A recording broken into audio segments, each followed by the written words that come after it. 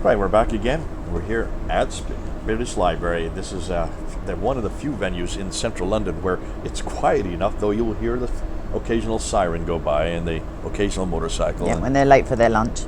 People are around, sitting around, listening to us while we're here. All right, this is what I want to go to now is back when you started coming in 2019, something like that. You came before that, but you started coming regularly in 2019, because I remember when before I left, I met you. And when you started coming, what was it that, I assume you started coming just to talk to people about anything, but you started moving over into the Islamic world. Why? What was it that moved you into the Islamic world? Okay, that's not quite accurate, actually. I assumed I would be polemicizing. Well, so I wanted to speak to Hebrew Israelites initially. Explain who you're talking about. There are certain sects or cults, or like a black identitarian Nation of Islam with the Bible. Think of it that way. They started in the 60s, some of them at the turn of the century, but because they used the Bible, I thought that's good, because we're both already versed, and I won't say well versed because I'm including other people, but versed in the scripture. And I'd read the Quran, and I have to be honest, it made me feel nauseous. Muslims, but these are Afro-Caribbean, Afro-American. Yes, that was my intent. But what I mainly wanted to do was help with the commission. So I knew that it was predominantly Islamic, and I was going to say luckily, but it's not. God's plan for me has been that everything I've ever studied or in my personal life has come to benefit me within my discussions. So I'd read the Quran.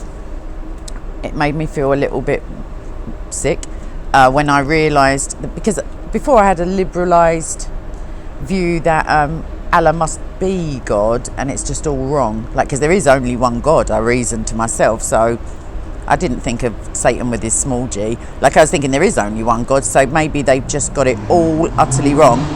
And but it's a genuine attempt to, And when I read it and I realised that it not only was nonsensical in as much as, not compared to itself, although it is, when compared to the Bible.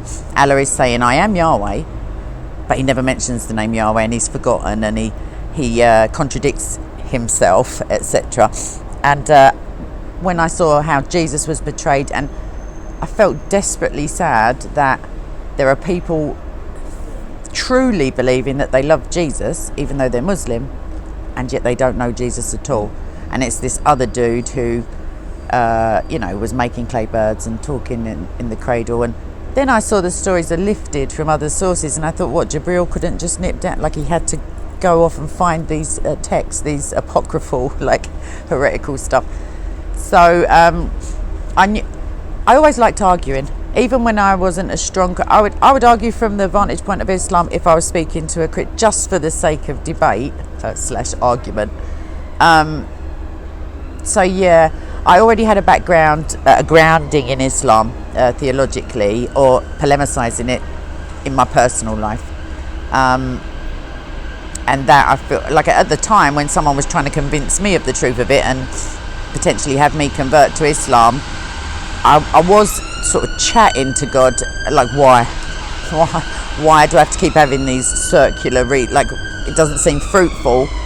And yet it all came to bear that when I walked into Speaker's Corner, I thought, oh my gosh, this is easy, because I'd had one-on-one intense, persuasion. So, and I'd already defended myself utterly against that, and then grounded myself again in Christ. So I felt ready to take on. The very first time I walked in with a view to beginning to fulfill the promise I'd made to God, was I saw Asif, who's an Indian Christian, surrounded by heckling, baying young men who were Muslim, and they were, using racial body language and mocking him because he's an Indian, talking to him as if he's a Hindu, bringing up cows, and I don't know. Just a fellow with white hair. Yes, he's older gentleman. Yes, he's lovely. He's very loud, also, very loud. So without really thinking too much, I just went into the circle and stood with him, and then just deflected some of the attention away from him. And someone said, wow, in the Bible, and I just got my Bible out, and then that was the beginning of that. And it just happened to be a Muslim who engaged me the very first time that I was there for a debate. So Yeah, and then the Hebrew Israelites was patchy in their attendance. I feel that sometimes maybe they're being held in a cycle. I don't know why they don't turn up, but they were very aggressive. Just a couple of them. I had a man, accuse me of all sorts of stuff just because of the colour of my skin, and he was being held physically back. So the first aggression that I directly experienced was from a Hebrew Israelite. But if they don't have the right God, I'll talk to whoever it is. The Hebrew Israelites, just so people take the position that when you look at the Bible, you read it through black eyes. So everything happens in Africa. So all of the traditional people that we see in the Bible, all the prophets, they were all African. Oh, yep. So they were all Afro. So was King James, apparently, according to some of the... Yeah, so they switch everything back down to that continent, so that understand true with a heavy focus on the Old Testament and the enemies as footstools, and just violent and persecuted because they believe they are the true Jews. They are the true Jews. And that the actual Jews are imposters and... Right. And so stuff they like received the covenant from God. And there are some because there are different camps with vastly differing theologies. I mean, One West, I think, was one of the first modern iterations, American. I won't say if I think that means they're more crazy or not, but yeah, some of them think that Joseph is actually Jesus' dad. Some of them don't. Some of them think that you could be white and a real Israelite. Because I remember David Wood, one of them said to him, well, you can beatbox. And because Sam Shamoon could do he knew a lot about Bruce Lee. They said, yeah, Bruce Lee, he's an Israelite. Because I was like, you're making it up. So there are some very aggressive and violently ideological members, and there are others that just are sort of sheeple in the background with the Flintstones clothes on. They don't have large followings. They don't really have much they can support. Oh no, they have copy-pasted. They have like sections of the Bible, but you can't read before and you can't read after. Yeah, right. It's just sound bites. Yeah. Then that's what support. And I think sometimes Christians can do the same thing. We're guilty certainly. of that. Yeah. It's just even if you have to stop halfway through the verse to support your own stuff. Say, if you can read all of the context, then we'll have a conversation. Now, getting back to Islam, so the Muslims attracted you at some point because they engaged with you. You found that they were more engaging. Do you mean prior to going to Speaker's Corner? When you started with Asif, they were the I see. Well, I wouldn't say attracted me. They repulsed me with their treatment of Asif, and I just wanted to defend him because I wasn't used to it. I didn't realise that I won't say enjoys, but he is supremely indifferent to the baying, heckling mobs around him. He feeds off of the fact that, well, they're close to him and he is foghorning Jesus at them, That's actually very Indian. Yeah. It's very cultural. And I grew up in it, so I love it myself. Not love it, but I have no problem with it. I enjoy being in third-class railway carriages. I would always have to take on everybody because I was the only American. They hated Americans because we supported Pakistan. A vast array of reasons, probably. I had no reason to support America, but my accent gave me away. But I'd have to take them on, and the better I took them on, the more tea they would provide me with. So it was profitable value as well, at the same time. Okay, so you kind of moved into you kind of fell into the Islamic world.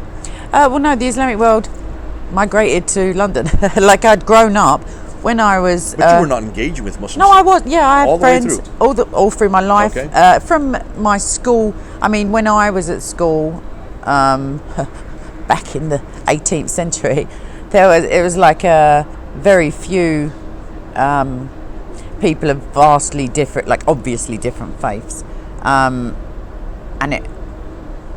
there was an orchestrated move towards tolerance, inclusion, and stuff like that. But somewhere along the way, it became disingenuous, and nowadays it's a religion of peace when it's it's this double speak thing. Well, it never was prior to 2001. It never was, but I'm saying it was like dishonestly portrayed as such, whereas before it may have been compassionately. The people may have been ignorant of it. In the 1990s, I never heard anybody say it's a religion of peace.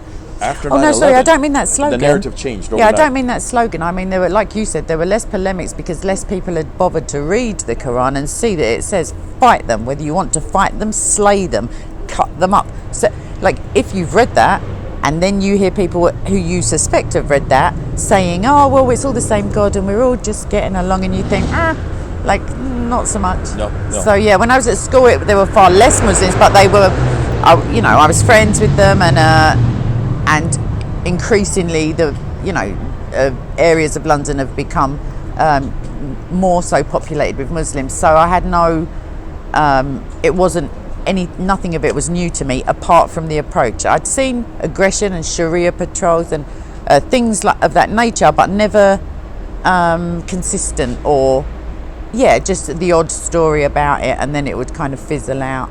But at Speaker's Corner, I realised quite quickly that it was a regular attitude of, not all of the Muslims certainly, but superiority and entitlement to polemics. Because you mentioned before attacks on Christianity, and why are they attacking Christianity in your time there? Because you were so few anyway, and the darkness doesn't like the light. And the truth, I've always think it that there was a political party in Britain called the Monster Raving Loony Party, and they were off key. But well known and sort of jokish, but nobody went crazy and you can't say that, because it's so clearly laughable. And I could do that with Islam, but it's taking people to hell. So the truth hurts, and the truth angers people. And Jesus said, I was hated first and you will be, and that includes Christianity. It's people don't respond well to being told that they are condemned by their own actions. Understood. All right, so... Oh yeah, I'm teaching my grandmother at the moment to suck eggs as well. So I'm explaining it to you as if you don't get it. By default, Islam kind of took over and has. So the biggest, probably the biggest debates, the biggest discussion groups are always Christianity and Islam. Certainly. There are atheists there. Stephen, that's a good friend of yours, and you do engage with him at some point. They're the socialist, that guy that's always the socialist. He's always there. What has a funny name? Dusty. No, Heiko. You mean Heiko? Yeah. Heiko. He's quite charming. Actually, he is, and he's been there as long as I've been there. Yes, so I've got a black and white photo of him as a very young man on a ladder as well. He likes the ladder. He's very good on it, and yes. he's very good at engaging the crowd. Yes. And he gives and takes, and the crowds are there generally. They stay for hours. Definitely. Because he holds their attention. He is what I would say is one of the old school. Yes. That's what Speaker's Corner used to be. That's what you remember. That's what you thought you were coming to when you first went to Speaker's Corner. You found it was much more of a free-for-all, in your face, a lot more agitation, a lot more aggression. Yeah, recourse to violence that I didn't see prior to that. Yeah. So Islam has taken over. Obviously, this is now... You almost have to be prepared for it, and you've learned an awful lot of new ideas. You've learned a lot more about Islam in the last 3 or 4 years that you've been there. What I want to do next is look at some ideas that you think are the good ones, the best one that you can think of, the best ones you come up with. To polemicize. In Islam. Working on it. But we'll bring this one down to a close because we're about 13 minutes into it. Just to kind of walk you through, as you have engaged in the last 3 or 4 years, what was it that pulled you into Islam? In this case, it wasn't by choice, it was by necessity. All right, this is Jay and Brilliant. Kay here at the British Library.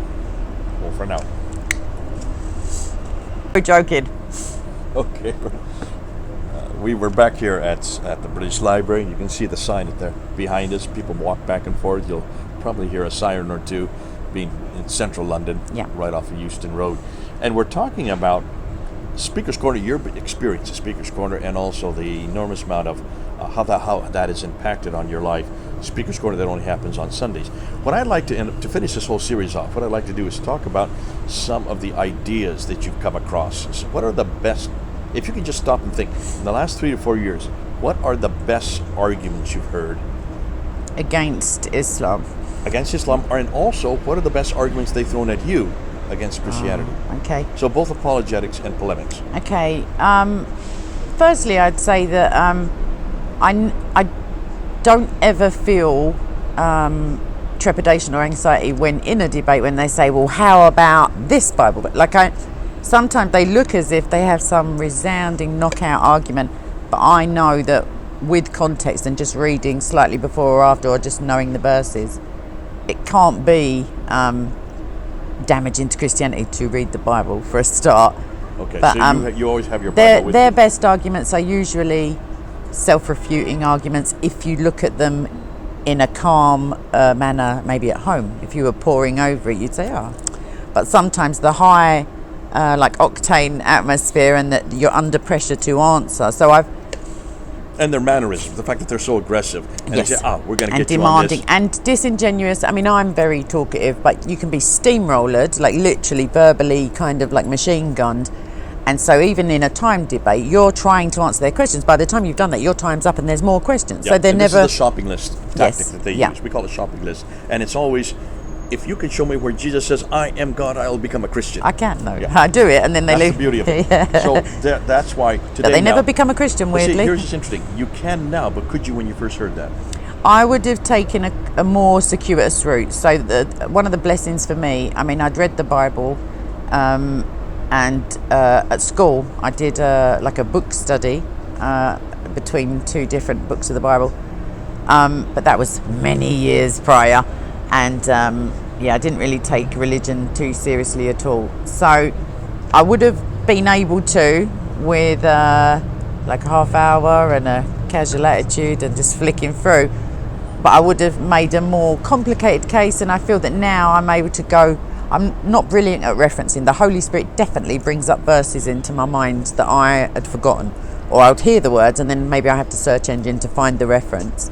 But that's inordinately useful, because by myself I'd be maybe thinking about lunch or something, I don't know. But I'm just sorry. repeat that, so all of you can hear. The Holy Spirit gives her the right words. Certainly. Gives her that actually comes straight out of Scripture. All right. That the Lord will give you the right words. Yes, if you you're pray in for the battle- wisdom also, If yeah. you're in the battle for Jesus Christ, the Holy Spirit will give you, infuse you with the right words, the right phraseology, even the right references. God will fight for you, and you just need to be still.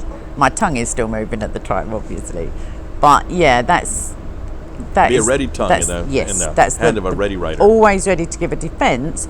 And I think the best piece of advice I would give to like aspiring polemicists or debaters is don't presuppose that the other person is genuinely wanting the answer, or it's going to change their... When they say, show me where he said I am God and worship, it doesn't... Even if they believed he had said it, they would still shy away from becoming a Christian. And they've heard the answers many times. Certainly. So they're not really asking the question to No, learn they something. want to catch you on the back foot to make you feel doubt, and then they How can can... 1 + 1 + 1 = 1? You just Another multiply it. common- So you can see these are questions that initially people who have not used to Oh, working- sorry, the other piece of advice would be don't be afraid to say, I don't know. Give me a week. I'll go and check and I'll come back my and be favourite phrase. genuinely do it, because it shows, it takes the need to just fill in blank space and guess, because you can do more damage, or you just make yourself seem a little foolish, because you may stumble on the right answer anyway. But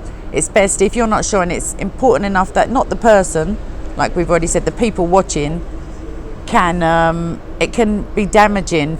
It's not, you can make a mistake certainly, and it doesn't mean that Christianity is a mistake. It just means that on that day you made a mistake, because didn't make a mistake. You didn't know the answer. Yeah. You're going to come back next week with the answer. Yeah, no, sometimes I do make it. Sometimes I've heard myself, and it's not that I didn't mean how it sounded, but somehow I've been halfway through saying one thing, then caught onto another thing, and it just, people will say, were you saying that? And I'm like, no.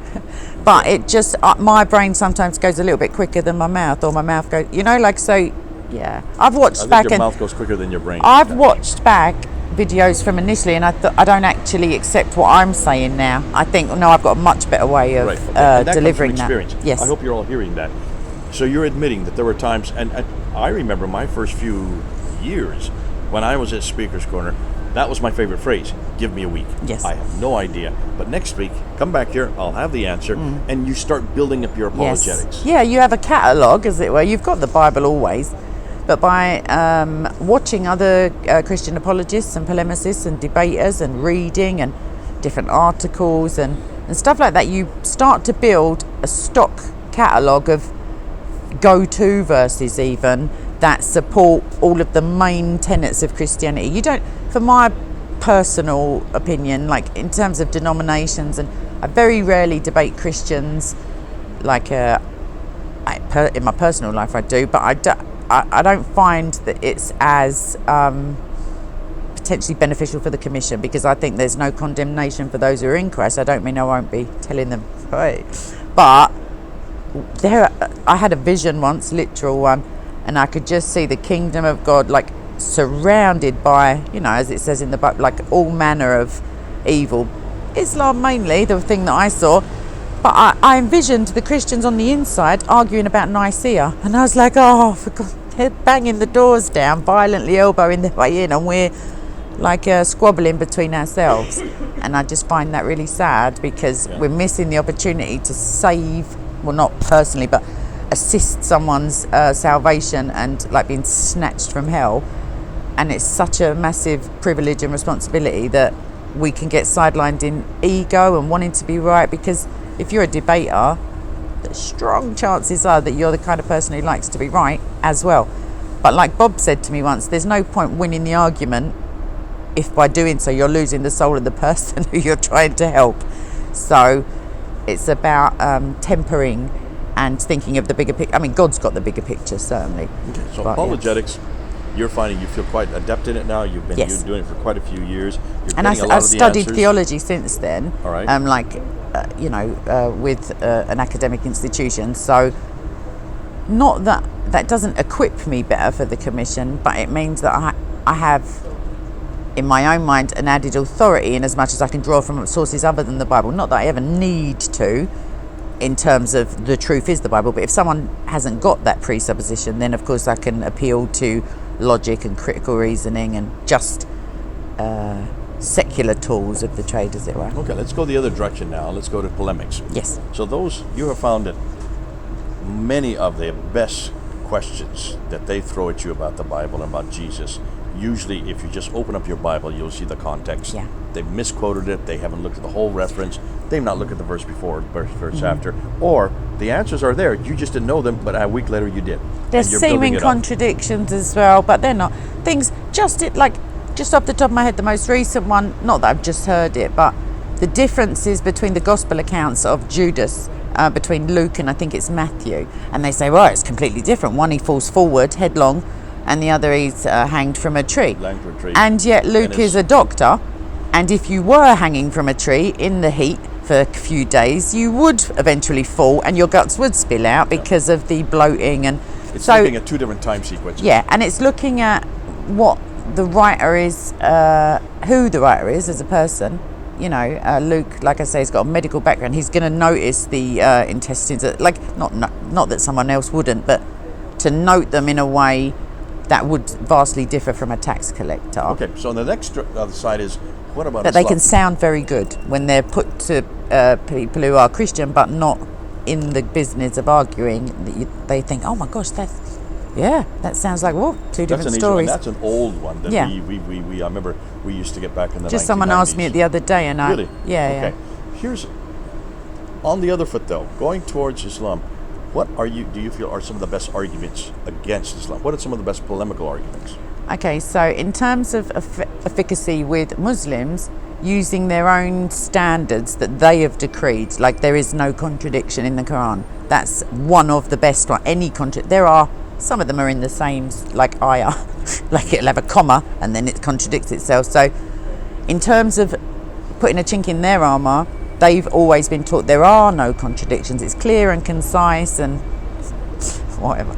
But yeah, that it's perfect in every way. It's a direct revelation of God. So if you can show enough I've got reams of them if anyone wants any. Like literally, they're 10 a penny. And some of them are very powerful. And once you get that in, if they accept it intellectually, then you can... This is a friendly bee just coming around to say hello. You say he wants your tea. Yeah, he can't have it. Coffee, sorry. Yeah, I'll put that over there. Yeah, so contradiction, only because of the Islamic claim that there is no contradiction. Also, the perfect preservation was an Islamic claim. Nobody foisted that upon them as an impossible standard. So those contradictions, and then I kind of moved forward into, because you can just reel them off. Then what's actually important in terms of, because you can make atheists out of Muslims pretty easily actually, but they're still going to hell. You're bringing them off the Titanic and leaving them in the water. So you want to bring them the gospel. Yes. So then I would say if they've yet to leave, but they're now thinking, not too perfect, then is the direct contradictions between the Bible and the Quran, because those are more pronounced, certainly, if you believe Allah's claim that he is the God who revealed the Bible and stuff like that. Then you can say, well, how come he forgot this bit? How come he says the opposite of that part, but God doesn't change and God is, those kind of arguments. And then the linguistic ones, like the imperfection of his revelation, just the humanness of his portrayal.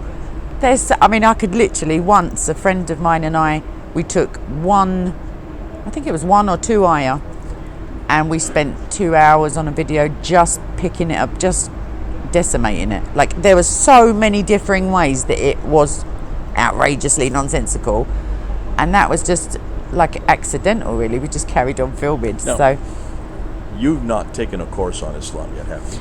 no, I described myself initially as a polemicist, as opposed to an evangelist, certainly, although the Holy Spirit I do find myself like, taken up, as it were, and I always think, oh, that sounded good, I wonder what I was talking about. Like, I just feel it come over me. But I always liked arguing and liked being right and liked winning arguments, so where have you didn't take learned much all to this shift. material about the contradictions, Oh, I and see. about the preservation, So, and about all these initially when I was being when the internal contradictions? initially when I was being I'll say pressured, to put it kindly, to become a Muslim or to accept this what I like to call twaddle, I made a point, just me, I don't even think there was internet really at that time, maybe a little bit, but yeah, I just made a point of reading the Quran, as painful as that was, and coming up with mainly at that point it was contradictions between the Bible and the real God that I knew. Well, I didn't know him very well at that time, but the real God, or the Christian God, and this other stuff. So I started off with that, and I'm naturally quite cynical, sarcastic, and before Jesus, definitely. And yeah, so I didn't need to. And then when YouTube came along, certainly watching Speakers Corner debates was brilliant, because I would always, every single one, I would learn something, or not always learn it, but just consider it as valid criticism. I'd think, oh yeah, I never thought of it that way. Like, yeah, if this is true, that kind of vein. And people such as yourself, Rob Christian Prince. Oh, I love that man. Like, I used to have the time to listen to the 2-3 hours, and also his irreverence for the subject was a blessing to me, because he just doesn't give not even one hoot. So, and the potato thing was comical. So yeah, I just thought, all right, like, I mean, it's not the best delivery if you're not behind a computer screen and you are in front of people, but the fact that there's humour, and I realised that an encyclopedic knowledge of it is impossible, because there are so many thousands of hadiths and thousands of tafsir and interpretations, and it's just, I feel like it's a satanic attempt to just flood the world with disinformation. But you can't be an expert in all areas of it, but you don't need to be. You just need a good few contradictions, a good few discrepancies between the real God and that, and then away you go. Like, just take it as you come.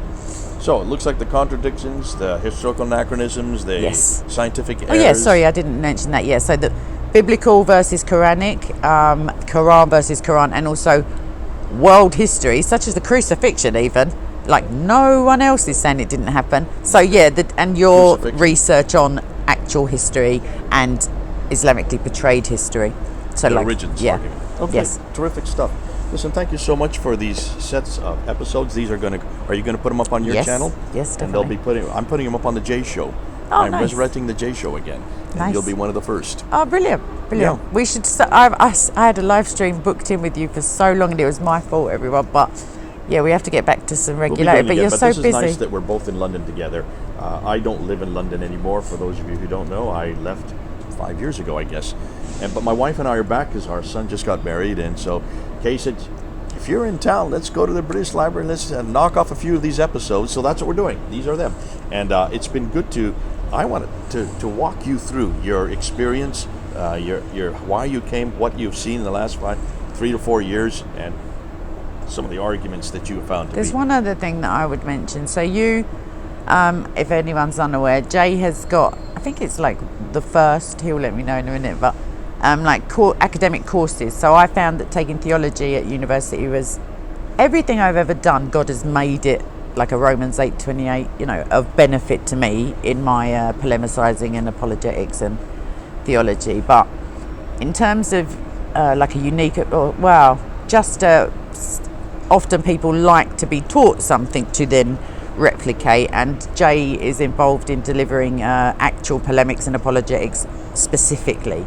You're talking about the MAPI course. Yes, I am. Yeah, Master of Arts in Apologetics and Polemics. Yes, Islam, which is the first kind in of the world. Unprecedented. Exactly. This is the first, and you're right. And this is not just for academics, by the way. Yeah, no, I might have just For played those it up of a you who little don't bit. know, I agreed to put together the entire degree. It's a degree program. It's 10 courses, 8 weeks each one. Takes 2 years to get all the way through them. But it's for those who want it for a master's degree, you can get a certificate. For a master's degree, you actually get the degree if you finish it, obviously. And Yeah, write you in the don't just papers get and it do as you exams. walk in. Yeah. But I agreed to do this degree with the understanding that people who don't want to get the degree but just want to hear the material, show up for the lectures and receive the PowerPoints. That is there for them as well. People like you. So if anybody who wants it for personal enrichment, we call them PE students. Yes. They only pay $200 for the entire course. That's And amazing. you get all 8 lectures, plus you get all the PowerPoints. Now we're up to 80 lectures, obviously, because it's 10 courses, and that's available for any of you who want it, and it comes to you because it comes by Zoom. Yes, I would advise anyone considering. Experience, like, come to Speaker's Corner. Don't come down maybe with a like in a crusadery kind of. Like, just come and feel Probably it out and watch see. to begin with. Exactly. Look for Kay. Look definitely. for Hatun. Look for Bob. Come the out Builder. for food with us afterwards, and we're happy to.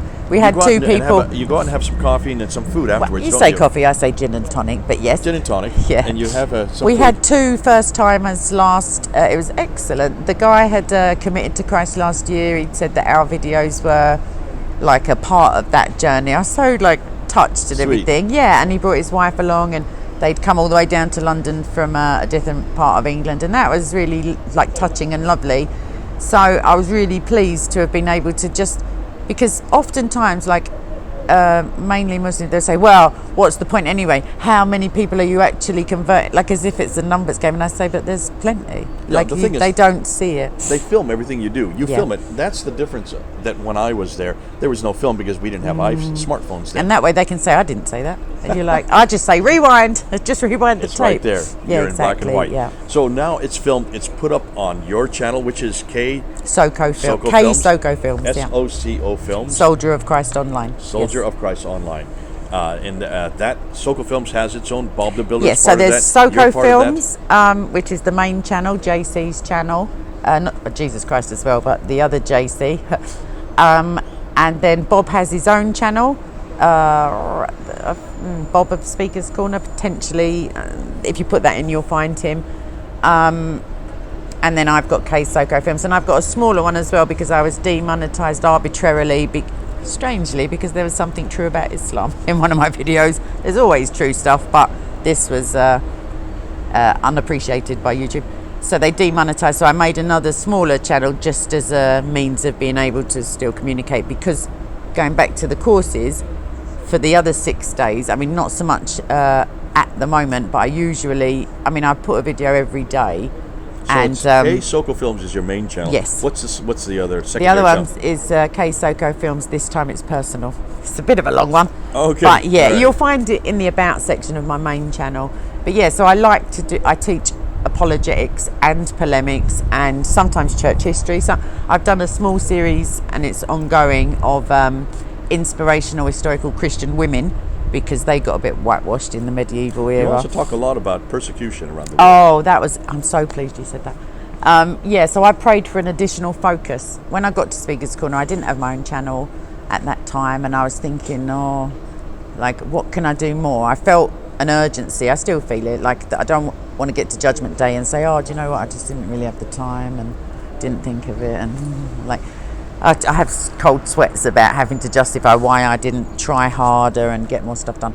So I asked the Lord for another focus, and it was, I don't want to say oppressive, but I'm going to, I got hit There you go. That's the World Watch List.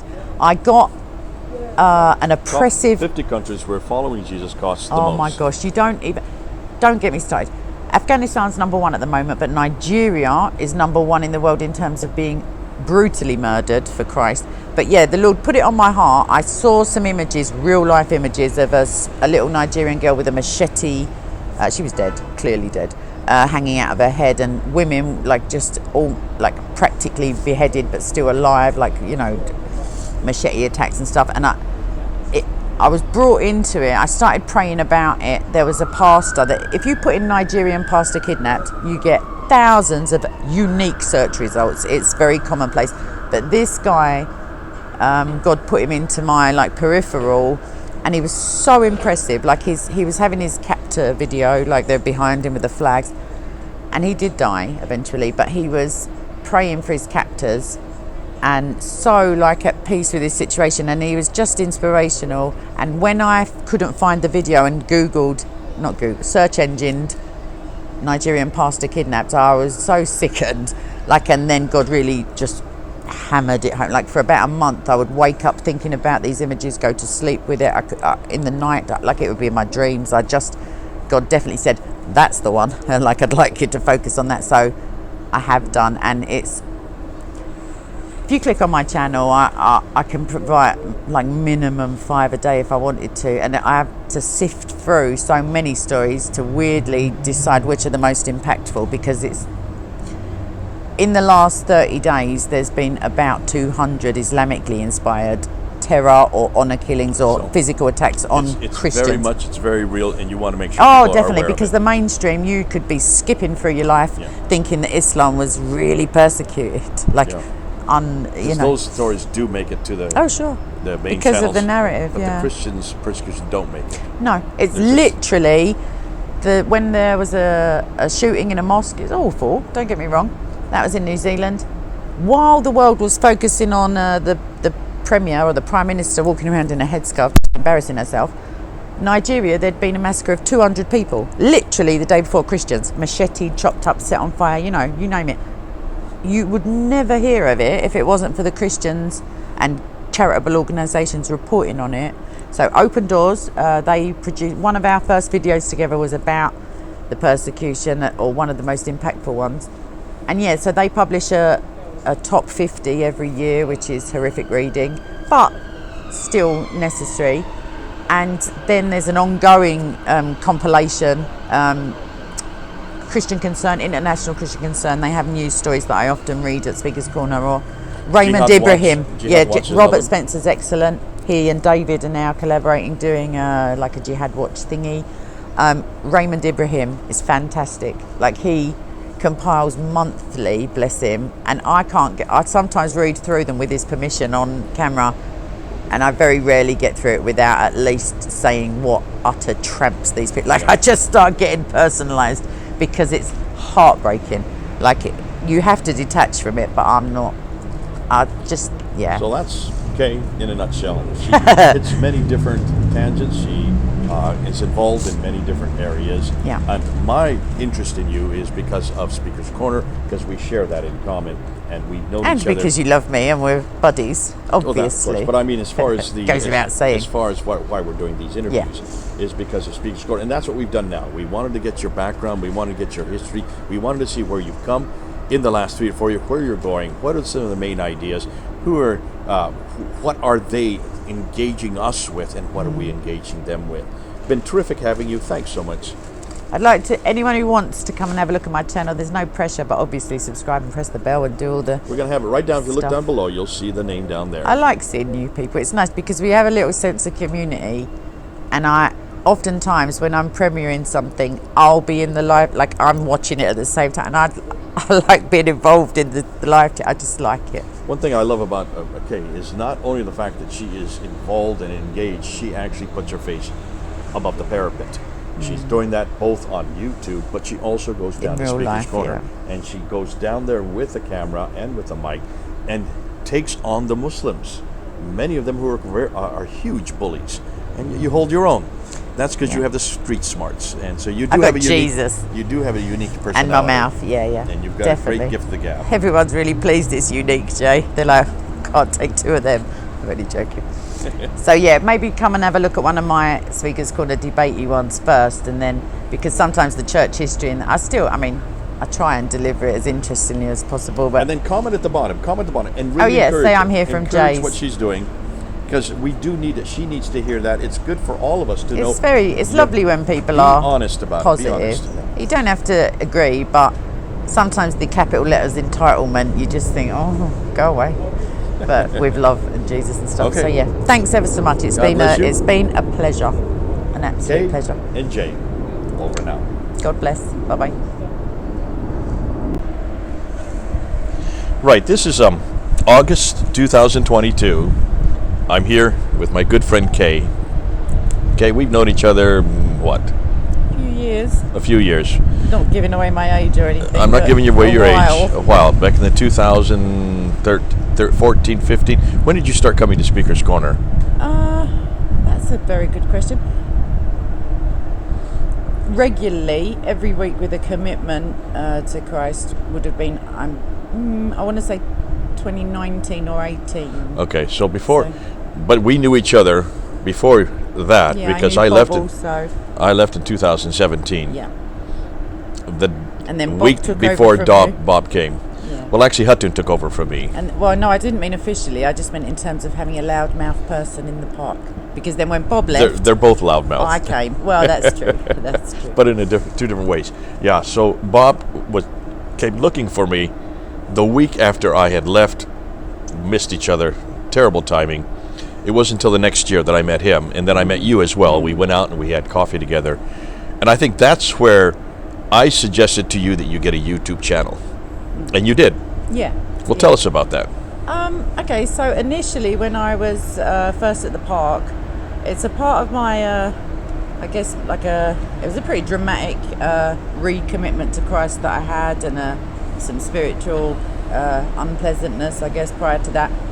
And then I did a bit of a Martin Luther, I suppose. I pleaded and said, no, if you can just be with me through this, then I will, boldly proclaim and not be ashamed of the gospel, etc.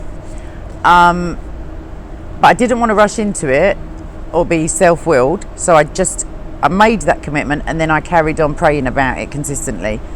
And then an atheist friend of mine said, Kay, can you do me a massive favour, just out of the blue? And I said, yeah, sure. Please come to a place, it's called Speaker's Corner. And I was like, okay, because I'd been praying about going to Speaker's Corner. And then initially, it's horrific if it happens to anyone. The only comments I ever saw were on the Muslim channels before I met JC, SOCO Films. That's a trial by fire. So I tried not to read them. And then I came into contact with JC. I knew him already through Bob, and from there, for around 6 months or 10 months, I didn't have a channel because I was just focusing on, studying, not real life, other life stuff, and quite happy to actually read some pleasant comments. And then I thought of what you'd said, and some other people said it also, and I just felt that there were 6 other days in every week that I could be reaching out to people, because I felt so far away from Jesus at one point that actually, without being overly dramatic, videos of you and Bob, even though Bob and I have a challenging, like a discussion life as it were, however, his videos, yours and SOCO's particularly, literally saved my life, my spiritual life and my physical life at one point. And I wanted to be able to, in some small way, replicate that for other people, because I feel like my style is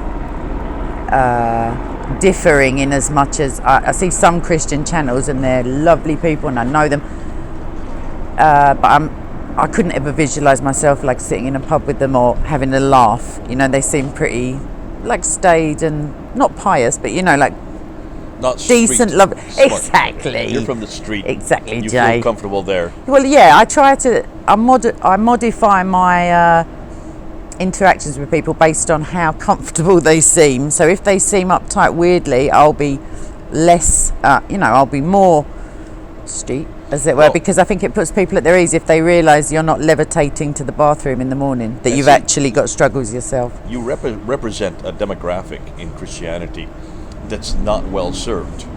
More than that, there aren't many spokespeople like you. I think you're unique. You and Bob So does in some Jesus. ways are unique. Thank Because you you do come from that environment. You come from the streets. You come from where the majority of British people live. Yeah. But they don't understand Christianity at all. No, that's And it. when they think of Christianity, they think of cold churches. Yeah. They think of Boring sermons. boring sermons. Yeah.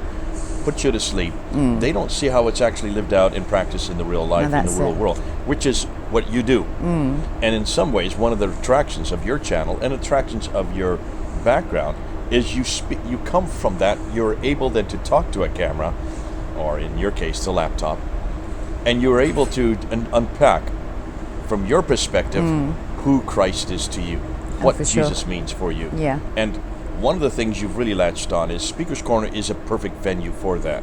Definitely. Now, Speaker's Corner, I've had a different experience than you have had. I was there 25 years prior to your coming. Back when I was there were very few Christians. Now there are quite a few. Yes, and you thank make up God. quite a big group, actually.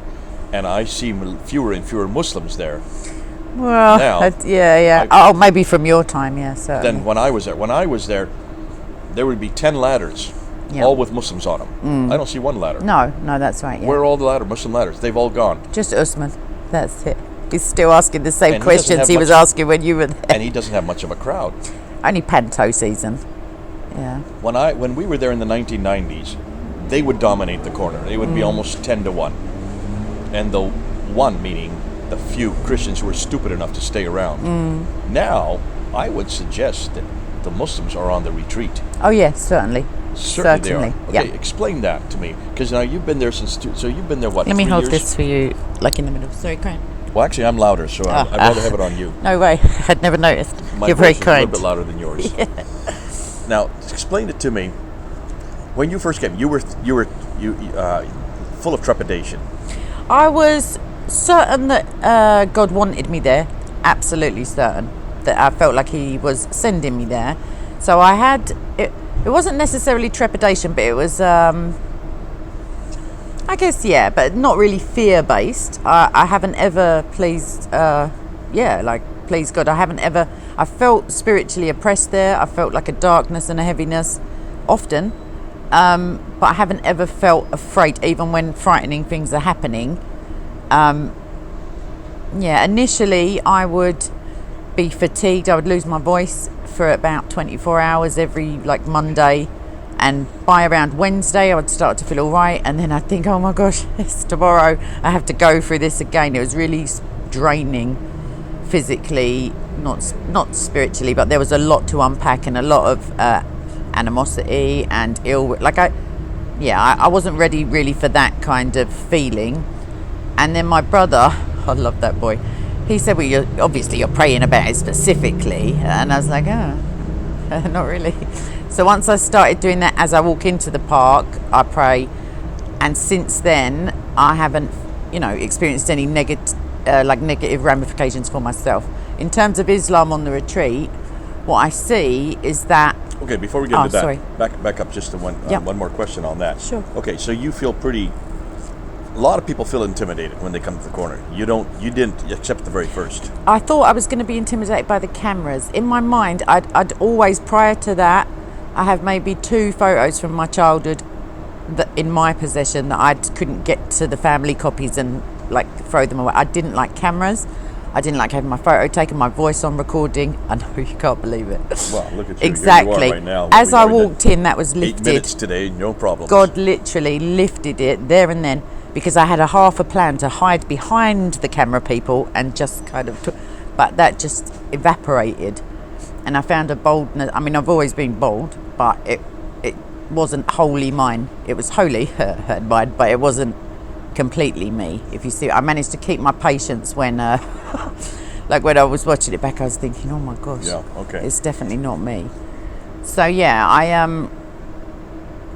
Yeah, it's been a Well, you have the brilliant gift of the gab. experience. You're able to kind of take on and flow with whatever is happening, Yeah. whether it's the situation, whether it's the person, or whether it's the subject. I find that you can pretty much talk about almost any subject now. Yes. And yeah. that has done you well over the years. We're talking about 3 or 4 years now that you've been doing that. You're going to continue going back, and you can continue Certainly. engaging. What are the high points, or what are the maybe the high points too, but some of the high discussions, the best discussions you feel you've had, or that you can remember the most? Yes. Okay, so in terms of impact and trying to unentangle people from Islamic ignorance and belief. I don't mean ignorance in the belief, I mean the ignorance of the true facts of Islam, if you see what I mean. Because I find that the average Muslim on the street, they say, really? It doesn't say that. And I go, like when I'm charmingly cornering them or something. But one of the high points in terms of impact was about 2 or 3 years ago, Mohammed Hijab, during a discussion on Surah 65:4, divorcing of girls/women, just said outright, well, of course, yeah, if you just go by the Quran only, it's permissible to sleep with minors. And I was like, in my mind, as he said it, I was like, I couldn't believe he'd said it, but I managed to remain pretty composed. And that, I feel, and then he subsequently admitted it again in not so many words. And because of his, the massive amount of people who follow him, who are majority Muslim, I would say, that was a blessing, because I thought, if he's saying it, for one, they're going to believe it, and for two, to be so candid about it, so you really is caught amazing. him. You really caught him on the Quran. The Quran, he Yeah. had to support it. You couldn't walk away from it. Yes. He didn't know you knew the verse, and that was Oh, where it helps. now that's the thing. Initially, all of the Dawah were pleased to speak to me, because they tend to go for passers-by, and in the titles it will be Christian preacher set, and this woman's just come from Tesco's. She may not even They're be a on their way Christian. to see the music Exactly. venue, which is there in the park. Usually it's the Christians on their way to the park to Yes. see some music. Yeah, or, and when they say Christian, they mean white, usually. Right. Like, it's just generic. They must be Christian. They're not in a hijab. But yeah, so firstly, they were quite keen to speak with me. thinking you were one of these tourists. And then, well, maybe, or just thinking, oh, it's just a girl. I don't know. They just wanted to try. And after a little while, they became a bit more reticent. Yeah, so... Now, is that because you're a girl, or is that because you're knowledgeable? No, it's because I kept making them look foolish, or making them look... So knowledgeable. Yeah, without boastfulness. I think Being a it's... girl, was that a disadvantage? No, it's an advantage, I feel, because there's less testosterone, there's less posturing, and I can get away with saying things. Certainly, I use humour, which is a vastly differing approach, like I intimated, between maybe... I mean, Hatton's quite funny, but that's not her... It's not my main goal either, but I diffuse situations with humour, because it seems so laughable sometimes that you can't remain angered if you... some people do a jolly good job of it. But generally I get away with saying things, and oftentimes I feel like they don't actually get the joke, but the people watching do. So it can come And across in a as sense, unkind. isn't that who your audience is? Oh, certainly. Yeah, that's another thing I wanted to Explain pick that up to the on. camera, because Definitely. a lot of people may not know that. Yeah, so people say, why do you speak to Modine? Why? Hashim's never going to change. These are like loosely members of the Dawah. And the reason is, and I figured this out very early on, I genuinely think it's... I mean, I know that it's not me who's going to convert anyone. I just have to make a chink in their armour of ignorance, or I don't know, hatred for God, and then the Holy Spirit will get in. But I know that I would never have had the hundreds of thousands of views that I had via the Dawah channels in places such as Pakistan or Saudi Arabia, or predominantly majority Muslim countries, without these people. And that's a part of my prayer when I walk in, that the person who needs to hear what I have to say will eventually watch. And I don't know when it's going to be, but the thing about the internet is it's kind of around forever. So the Christians that I know now, my channel members, my friends and stuff, one of them said to me last night, yeah, I take notes from your stuff. And I was like, you could just ask me. I couldn't believe it. I don't know, it was edifying. But Yeah, so I know that the Muslims or the humans, as I like to call them, who need to hear it will hear it. And sometimes you can hear stuff for years, and it's only when you're teachable or when your ears are opened that it's beneficial. So I pray for Hashim. Like, I hope that his knowledge of the Bible isn't condemning him even more because of his, duplicitousness in exegeting it. But it's not for him that I'm debating him. It's for everybody else who's there and that's can hear something me. that we have picked up from the very beginning. We knew this, and I've been trying to tell anybody that comes to Speaker's Corner, the guy that or the guys, plural, that you're engaging with are not the ones you're trying to convince. Certainly. Remember, they're not going to be convinced. They're there. They're professional. They come every week. Yeah. They're there to try to find a chink in your armor, to try to come up with some type of one-liner that will shut down the argument. Yeah, it's disingenuous and then they can yell, anyway. Exactly. And then they can put it up online and they have conquered. That's all they're there for. And but they dishonestly edit, as not all of them, but oftentimes those channels, they if you come up with a good response, that will be edited out. Yeah. So really, your audience is the people who are listening, and the more engaging you are, the better the topic, the more theatrical you can be, the larger the crowd you're going to get. Yeah. It goes with the territory. Yes. And that's you've picked that up because I've seen that with the way you've been able to engage with people and confront them and hold them and not let them walk away, keep them back. Bob is able to do that. He has a louder voice. He can do that just with the strength of his voice. Hatun is able to do that just because, they do walk away from her quite a bit, and her voice. Well, sometimes that's preferable, though, to be fair, than when they hang around. So in walking away, you can use that to your advantage. Oh, sure, yeah. Because her material is so devastating and so damaging, and in some ways she is able to bring things to the table that others are not able to do yet. But this idea of Speaker's Corner has been your craft for 3 going on 4 years, something you will continue to do. I'm going to bring this to a conclusion now, and what I want to talk about then in the next episode is what is it the content that you're using that you find is the best or not the best. So let's go ahead, say goodbye now. This is Kay and Jay. As you can see, we're at the British Library, back behind the fellow over here. Newton. It's a very unflattering angle of Newton. Bless him. With his compass. Yeah. But you all know British Library. We love British Library. This is where I did a lot of my research, and this is the best place for us to do interviews on a beautiful day here in August 2022. All right. God bless you, Jay. Thank you. Over now. All right. Bye. Right, we're back again. This is here at the British Library on a tepid August morning. Well, actually, it's just coming the afternoon. I've asked Kay to come down here and just to unpack some of her own ministry, to unpack some of her background. We did a episode looking at the history of coming down to Speaker's Corner.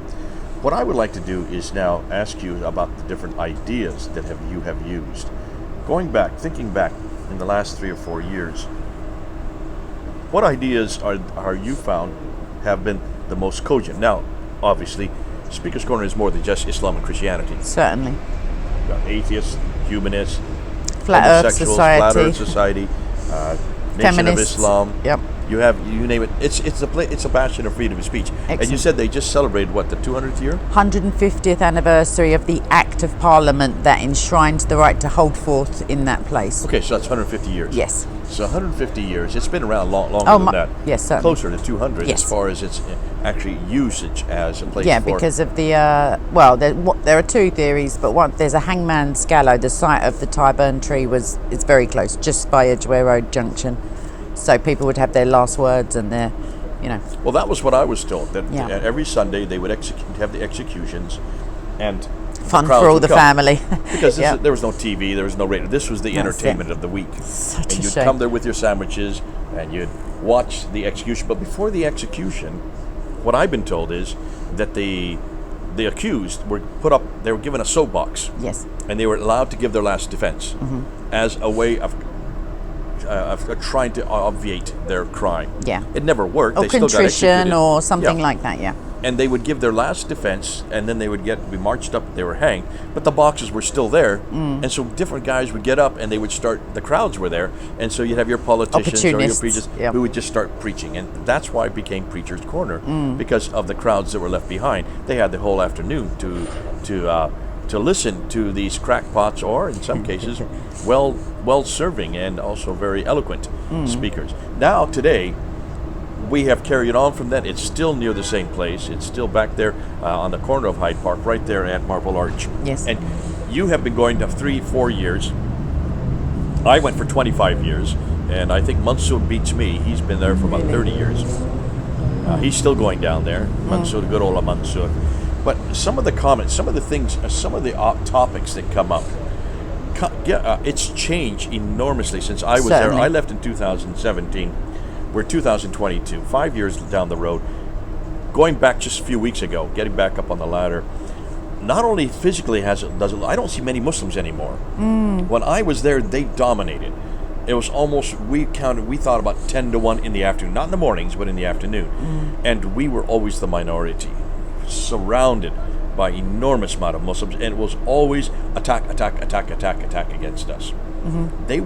Their speakers were not talking about Britain, they were not talking about politics, they were talking about Jesus, the Trinity, the divinity of Jesus, the authority of Scripture. And I was always curious, why were they always attacking Christianity when we were so few in number and we weren't on the offense then? We had nothing. There was no polemics back then. I knew of no polemics. There was no training for such a thing. There's no school that gave us any idea on polemics. Today, yes, but not back then. Yeah. In the 1990s, 1992 I started. And so today, as I went back there a few weeks ago, I looked around and I remember at least 10 speakers, Muslim speakers, on at least 10 to 12, sometimes 13 ladders with their talibés around them. So they'd have their groups around them. Talibés means students, or they would be teachers, ustads, or khalifs, or pirs, or whatever name they gave, sheikhs. They would all have their teachers around them, and you'd have to push your way through their students to get to the speaker. And they would punch you, they would elbow you. I would come back with bruises on my midriff. It was not a pleasant time. I didn't see any of that, and I don't see any of that. What's going on, and what's happened?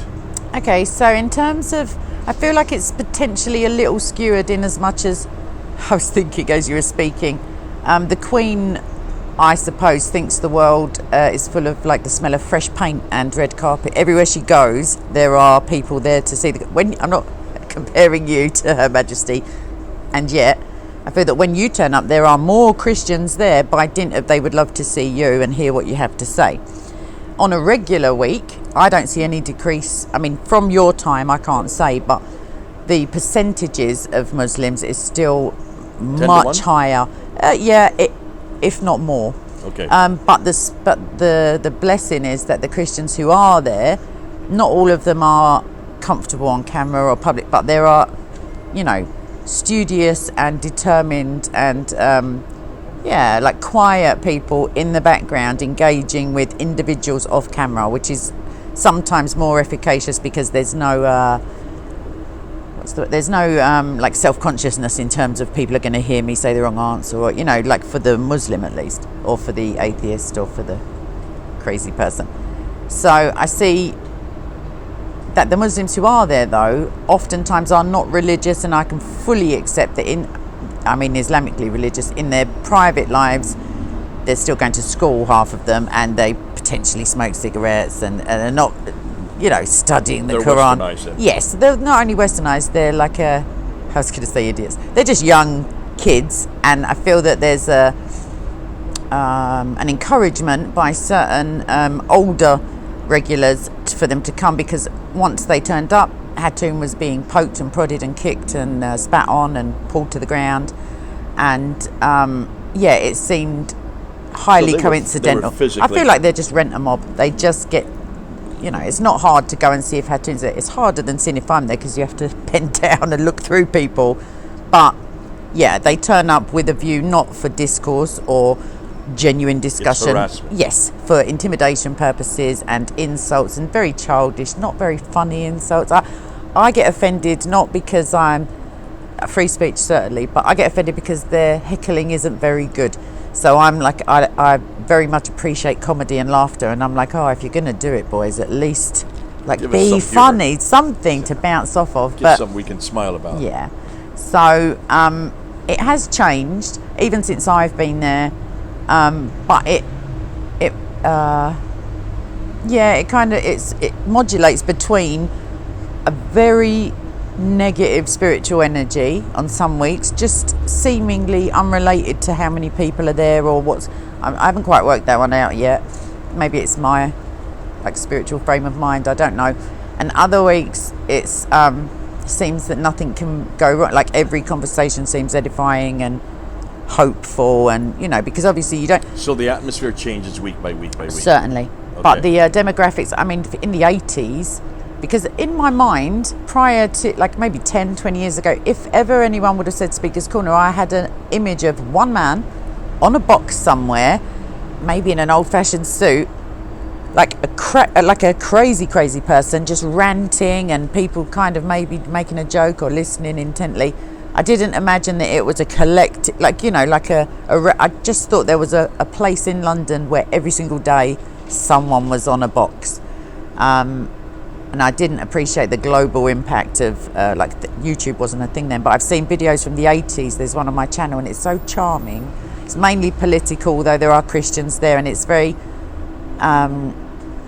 sociable. People are very well-mannered and polite. They're standing quietly listening, and there's the heckling, but the heckling seems kind of not prearranged, but they all know each other, and it's not malicious in as much as you think. No, that would there's be never the going to be a fight 1980s. breaking out. Yes, it was it not is. like that in the 1990s. Yeah. It's never been like that ever since the smartphone was invented.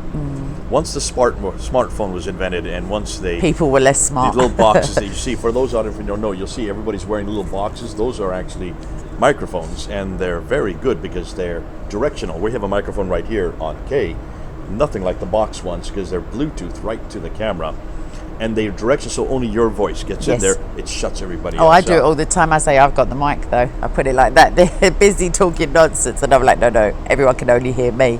Right. So that's pretty So funny. the technology has really taken over and has made it a much more accessible to the whole world. Yes. It wasn't accessible in the Yes. 1990s. You knew that whenever you were down there and you were on a ladder, you had to cane your own crowd, and the only people that are going to hear you is that crowd. Now you know that thousands can hear you, Yes. millions can hear you, Yes. all over the world. So that has changed. Revolutionized, yeah. What is fascinating to me, I've been trying to tell Hatun this, and I've been trying to tell a lot of you this. When you get on a ladder, you have an awful lot more control than when you're on the ground. I tried to change a light bulb recently, and I couldn't take my other hand off. I had to hold on to the ladder, and it was only a tiny step. I don't know if I'd feel. I like to know my feet are on the floor, because then I've got less way to go if I get shoved over or pulled off. Or I could try. I will You see try. what happened whenever we're on the ladder? Oh yeah, you get much more attention, Not and only you that, have your a voice, or you more control the authority. crowd. When you're on the ground, you have 10 guys around you. They're all they yelling can drown at once. you out. Yeah, They certainly. can drown you out. Not only that, they control the agenda. You are at their behest. I've seen this with Hatun all the time. I kept on telling her, Hatun, get on a ladder. You then can pretty much pick and choose who you want to listen to. Yes. You choose who controls the narrative. Sure. On She the used ground- to do it more when with Godwin and Daniel, for instance, when She they did were it working brilliant as a with team. them. So why have they got off the ladder? I feel like Godwin and Daniel, they don't attend at the moment. The focus for their ministry has certainly changed. But why And- is Hatun not on the Yeah, ladder? I guess, I mean, I'm only surmising. I've never directly asked her, but I would imagine that the potential for injury may be a consideration. No, not No that one's gonna she's. touch you on the ladder. That's not the case. Rarely, rarely do you get touched on the ladder because you're so high profile. That's true, but then she was stabbed in the face in front of the police. On the ground. Yeah, no, but in front of the police, I'm saying that's pretty high profile in, where it should be. Yeah, but it would have been much more difficult if she'd Yeah. been on a ladder. Yeah, certainly.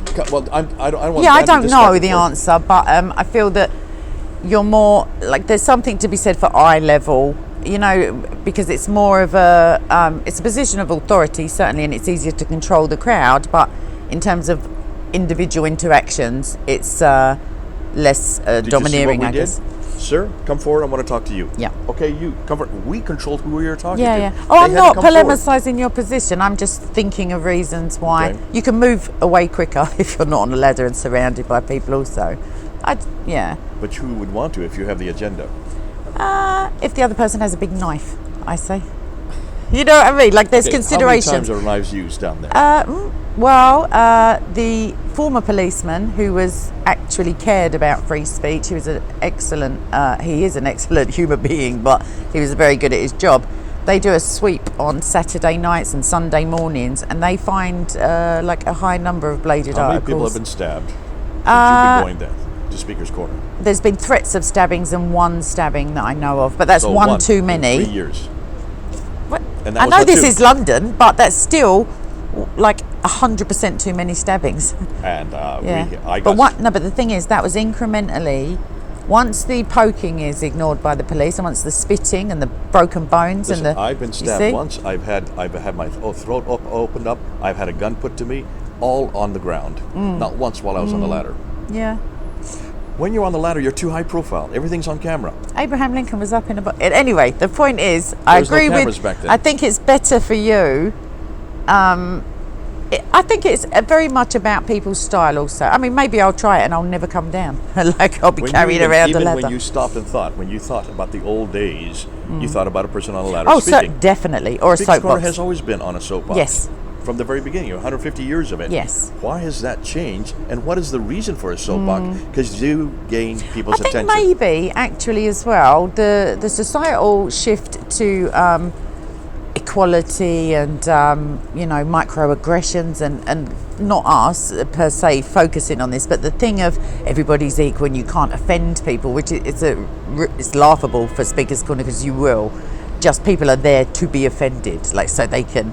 But yeah, that maybe there's something about that in terms of not seeming elitist, and also pictures are bad. You can't have a banner up. You can't have a stand with Are a. you listening to this? Do you really believe this? I'm giving you reasons that are not mine. I'm giving you potential reasons. No, people have been asked by the Are police you saying to people move are away. on ladders because of equality? No, just the generalised ethos of not. I can't think of the. Attempting to be.